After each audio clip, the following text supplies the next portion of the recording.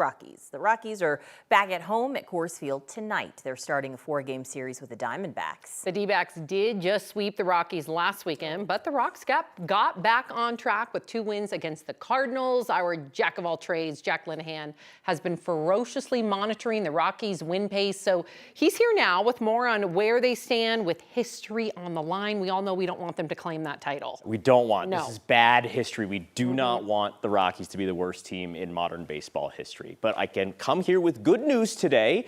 They're currently on pace, once again, to not be. And we'll take a look at that and refresh our memories here. The White Sox last year finished with a record of 41 and 121, 253 winning percentage. They're winning about 25% of their games. And the Rockies this year, currently, through 120 games, are 32 and 88. So a little under 27% of their games they're winning. They're on pace, using math, for a 43 and 119 series win-loss record.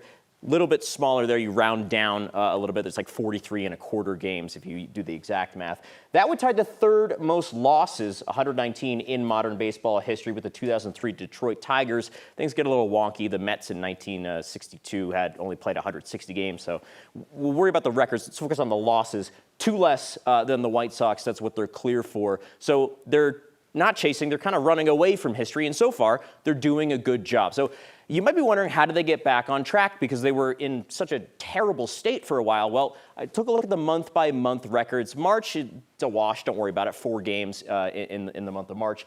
But April and May, you can see here only 4 wins in each of those months. Very, very poor winning percentages. And that's really what got all the baseball world talking about, oh, the Rockies are going to make history. They're going to be the worst team ever. And then they kind of came back to form a little bit. June and July, 10 wins in June, 9 wins in July.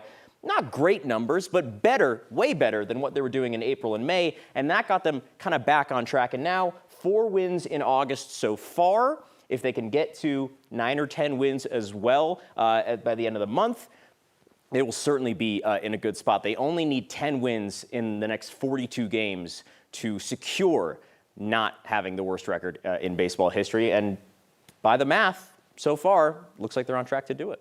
10. They got Yep, this, yeah. they got it. Right, Jack? The magic number. I think they can do it. All right, you heard it from Jack Linnehan, of all trades. Thanks, Jack.